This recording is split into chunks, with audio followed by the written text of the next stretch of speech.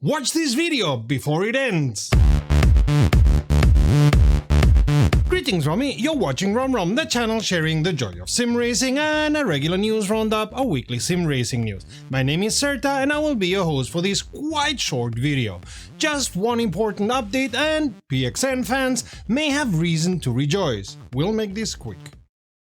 Teeny tiny race room update. New liveries for the LRT NXT1, some improvements of the NPCs in some tracks, an updated Laguna Seca and some other corrections here and there. No biggies, but every detail counts. As they always do, SCS have started teasing updates for the truck simulators. They plan to add a toe-to-road functionality that basically is a reset so you can continue your contract. But it'll cost you hard-earned money, and ETS2 will introduce refrigeration trailers by Thermo King for free in the next update. Long awaited, PXN will release their GT1 wheel tomorrow to the market. How is it? We'll tell you on Tuesday, so better subscribe and click the all bell to be informed as soon as our review drops. Project Motor Racing just dropped version 2.002 and it's mostly about making things run smoother and smarter.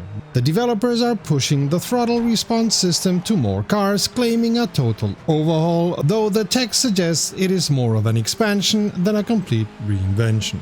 The physics team has fixed how custom mod setups load gear ratios, and they have tweaked the throttle feel for several specific vehicles. For the Mazda MX-5 trophy, they claim to have upgraded, improved and rebalanced the NPC opponents 3 separate times in the same breath. That sounds like marketing speak for "we made the bot slightly better." The Porsche 992 trophy got a taller gear ratio based on what players asked for, and the Ford Falcon V8 now matches real-world data more closely. Visuals have received a coat of paint with better lighting and fixes for wheel blur effects on almost every car listed. The environment team improved rain effects and boosted stability at Daytona and Takemiya, which is a fantasy name for a real track, licenses and all of that. They also fixed a glitch where pit crews would vanish if you drove too wide into the pits. Poof. The NPC opponents are getting a serious behavioral update. They now predict high-speed corners better, use more lenient speeds in the pits and follow improved racing lines at several tracks. Fuel safety margins are adjusted and the sim now handles weather changes smarter by pitting for tires when the track gets wet. They also fixed a bug where damaged brakes would cause the NPCs to pit constantly. Force feedback settings have been lowered to prevent signal clipping, and a few crashes related to loading files or hybrid cars have been patched. Localization issues for German and Russian players are resolved and the radar system no longer shows opponents stuck in the pits. Console players will notice that the massive volume now affects intro videos.